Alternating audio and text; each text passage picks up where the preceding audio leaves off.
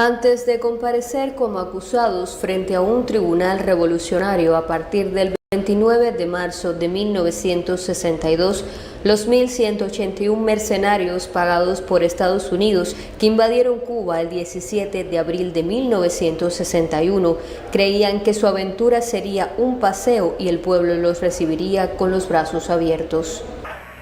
Ante la inminencia que se deduce de todos los hechos de las últimas semanas y del cobarde ataque de ayer, de la agresión de los mercenarios, marchemos a las casas de los milicianos, formemos los batallones y pongámonos a salirle al frente al enemigo con el himno nacional, con la estrofa del himno patriótico, con el grito de al combate, con la convicción de que morir por la patria es vivir. El proceso judicial tuvo como sede el Castillo del Príncipe en La Habana entre el 29 de marzo y el 4 de abril de 1962 y a casi un año de la proclamada primera gran derrota del imperialismo en América. Se develaron al mundo los detalles de la artera agresión planificada, financiada y organizada por el gobierno de Estados Unidos desde mayo de 1960.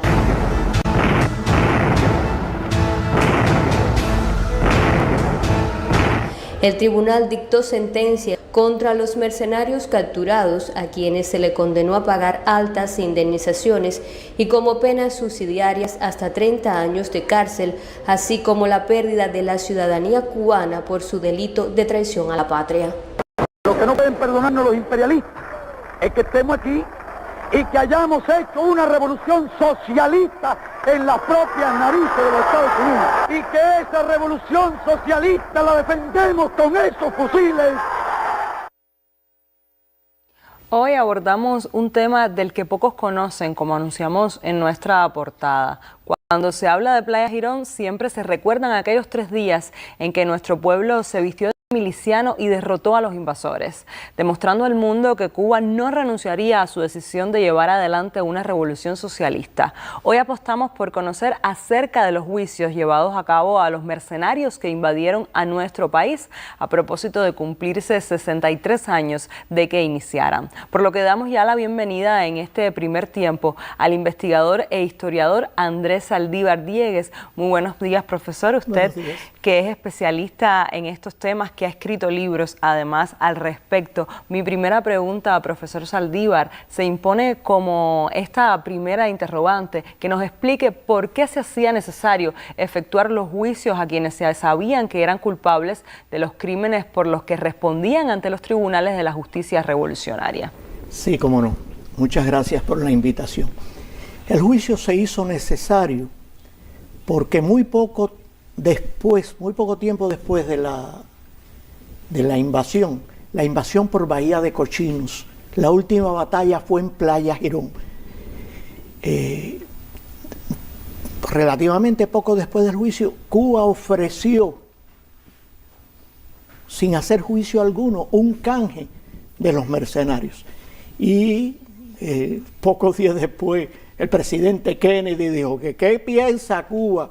Que vamos, o sea, que con una postura arrogante, a pesar de que Kennedy había tenido que hacer responsable de la invasión, pocos días después no aceptó de primera intención pagar. Lo que Cuba exigía era 500 tractores de rueda pesados para desarrollar el proceso constructivo. Ese proceso se desarrolló durante prácticamente todo el año 1961. Llegó el momento, sobre todo después de la crisis de octubre, en que ya se hizo evidente que las acciones que se habían desarrollado para resolver de una forma sencilla, Fidel le propuso primero esa ayuda, digamos, ese canje por aquellos tractores pesados, 500. Luego, cuando ellos dijeron, ¿pero qué se le ocurre a Fidel? Cambiar personas por equipos. Fidel le dijo, bueno, los canjeamos por los presos que tienen ustedes en revolucionarios en sus cárceles, por los presos puertorriqueños, por los presos que tiene el franquismo en España. Tampoco accedieron. Y ya entrando 1962, si ya era necesario aplicar la justicia, o sea, el proceso judicial que trajo consigo el juicio que hoy recordamos. Y se conoce que muchos de los que arribaron por las costas de Playa Girón eran esbirros y asesinos que al triunfo revolucionario del 1 de enero de 1959 abandonaron la isla. ¿Pudiese detallarnos, profesor, quiénes eran en su mayoría estos mercenarios? ¿Te refieres a los que habían sido culpables de asesinatos antes del triunfo de la revolución? Había un pequeño grupo dentro de la cifra considerable. Se llevaron 1.181 de aquellos mercenarios a este juicio que hoy recordamos, pero 14 de ellos habían sido ya juzgados desde el 8 de septiembre del 61, no como estos que se juzgaron en el Castillo del Príncipe, sino que aquellos en la sala de la audiencia de las villas se juzgaron. De entre ellos, asesinos, 4 de ellos, bueno, Emilio Soler Puig, asesino desde la década del 50, con una hoja de crímenes, asesino de cubanos y asesino de dominicanos pagados por el tirano Trujillo. Estaban otros 4, King, el chino King, deleznable, 4 de ellos que fueron condenados a la pena capital, y otros, hasta la cifra de 14, que también por su actitud de torturas, de maltratos, de participación, de colaboración en aquellos asesinatos, fueron condenados a 30 años de prisión. Ese juicio previo fue el 8 de septiembre del 61. Por eso, del total de mercenarios capturados, excepto estos 14, excepto 9 que habían perecido en un accidente, excepto uno que se había escapado, uno de los que se detuvo, abusando de la confianza, un hombre que ojalá haya tiempo para hablar quién fue el que se escapó, para demostrar, ojalá haya tiempo para explicarlo. Pero bueno, esa es la esencia de a quienes se juzgó antes. ¿Y qué significó entonces realizar este proceso judicial en el que se mostró a todo nuestro pueblo la calaña de la que estaban hechos los invasores? Bueno, era importante. A mí me gustaría hablar aquí, no sé si sería el momento, no sé si posteriormente. Era importante por 2 causas. Primero, los que se juzgaron habían sido los que habían llevado a vías de hecho lo que había aprobado el gobierno de Estados Unidos desde marzo de 1960, que el 17 de marzo del 60, que el presidente Eisenhower aprobó el plan de la CIA, que se llamaba un programa de acción encubierta contra el régimen de Castro, que tuvo 4 direcciones, 4 líneas. Una de esas líneas era crear la contrarrevolución se puede afirmar, no existía una contrarrevolución en Cuba organizada si no llega a ser organizada por Estados Unidos. El plan era en las montañas y en las ciudades organizaciones contrarrevolucionarias, en las montañas bandidos, y entrenar en el exterior un grupo de líderes paramilitares. Ese era el plan. En el fondo, la guerra económica. Por eso, cuando se aprobó este plan, Lester Mallory hizo el memo aquel que tanto repetimos, que era que el hambre y las necesidades impulsaran al pueblo a respaldar aquel proceso. El plan de ellos no pudieron, porque implicaba un levantamiento contrarrevolucionario que no pudieron lograrlo, porque el pueblo siempre aquí ha defendido la revolución y no sabían qué hacer. En octubre del 60, Cuba hizo desaparecer ya los focos de bandidismo que habían creado en las montañas. Los que se estaban entrenando en el exterior como líderes paramilitares, en Retajuleo, en Guatemala y en otros lugares, no tenían que hacer, ya no se podían infiltrar a dirigir contrarrevolucionarios porque no existían. Y entonces no les quedó más remedio que en noviembre del 60 crear la Brigada 2506 para una invasión marítima y aérea del país. Eso había que juzgarlo, pero adicionalmente se juzgaron a los autores materiales de la invasión, pero lo más importante que dijo el fiscal en la exposición del fiscal en el juicio, que también se sentaba allí en el banquillo de los acusados, el gobierno de Estados Unidos, que era el responsable de aquella invasión. Profesor, y en este momento de la historia de Cuba, a principios de la Revolución Cubana, ¿cuán cuidadoso, al tiempo que enérgico, se fue en este periodo en el que se mostraron todas las evidencias ante los tribunales de la participación consciente de cada uno de los invasores pagados por los Estados Unidos? Yo pienso, me gusta de esa pregunta, como tú dices, ¿cuán cuidadoso se fue? El comportamiento ético de la revolución con aquellas personas que vinieron, que mataron. Algunos de los juzgados, de aquellos brigadistas, a veces le decimos brigadistas porque eran de la brigada 2506, muchas de aquellas personas dijeron en el juicio, resulta insólito que no solamente la declaración pública de Fidel Castro, sino los milicianos que los detuvieron, que allí no hubo vejaciones, que allí no hubo galletas, que allí no hubo golpes, un comportamiento ético muy, muy grande por parte de la revolución. Hasta el punto, aquel que yo decía que se escapó, era una persona que cuando estaban localizando después de la batalla, una persona acostada y dando gritos, Fidel dijo rápidamente, este hombre tiene, no recuerdo ahora el título, una dolencia que había que operarla, y dijo, llévense a este hombre, que lo operen ahora mismo. Y a ese hombre operado lo mandaron a un centro de donde se escapó él solo, un centro a recuperar. ¿Qué comportamiento ético es ese? Se escapó y se asiló en una embajada. Pero adicionalmente, ¿qué invasión?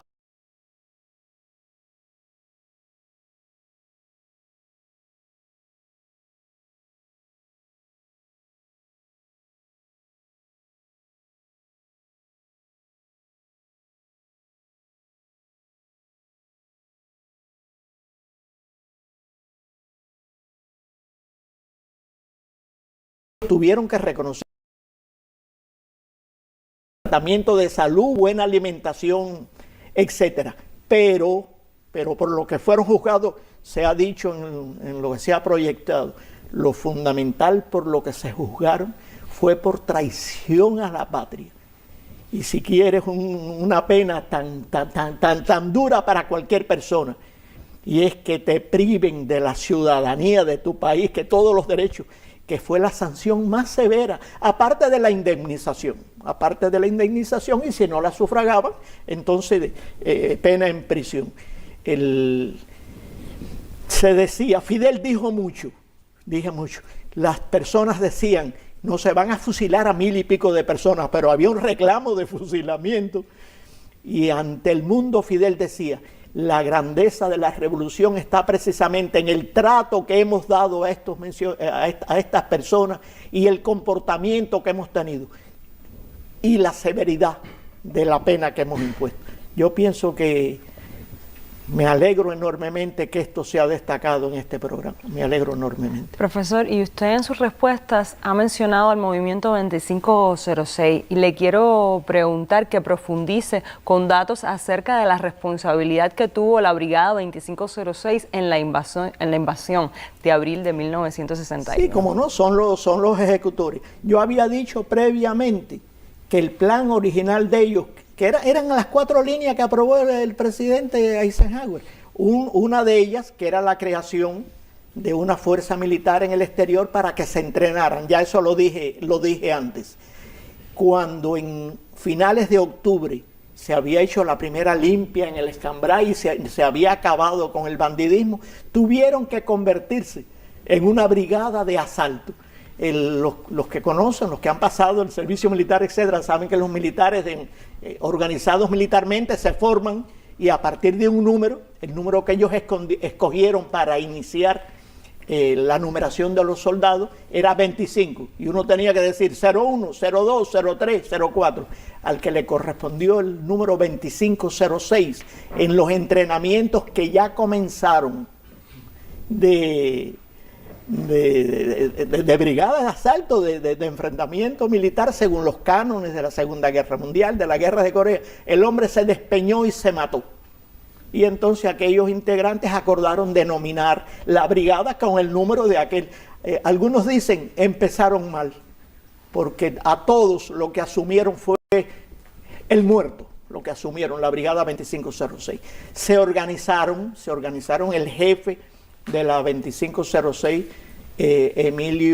Manuel Pérez San Román, proveniente del ejército bastitiano, el segundo jefe, Erneido Oliva, proveniente del ejército bastitiano, el jefe político de la tropa, ahorita digo el nombre, el jefe político de la tropa, desertor, se había incorporado a la lucha en la Sierra Maestra, y no en la Sierra Maestra, a finales de diciembre del Artime, Manuel Artime, el Teatro Manuel Artime de Miami lo recuerda mucho, el jefe político de aquella tropa. ¿Les correspondió a ellos dirigir las batallas? No. Todo. El Frente Revolucionario Democrático, que era el que daba la cara, que era quienes estaban dirigiendo esto, que eran contrarrevolucionarios seleccionados aquí en el país, no podía opinar acerca de las acciones militares que se iban a hacer. Profesor, yo le propongo ahora hacer un alto en el diálogo para ampliar otros temas que son noticia a esta hora. Más adelante volveremos con usted a este set para continuar la entrevista con el historiador e investigador Andrés Saldívar Diegues. Profesor, por favor, permanezca junto a nosotros en compañía de nuestra revista que se suma también a esta recordación de los hechos. Usted continúe en nuestra compañía. Muy buenos días.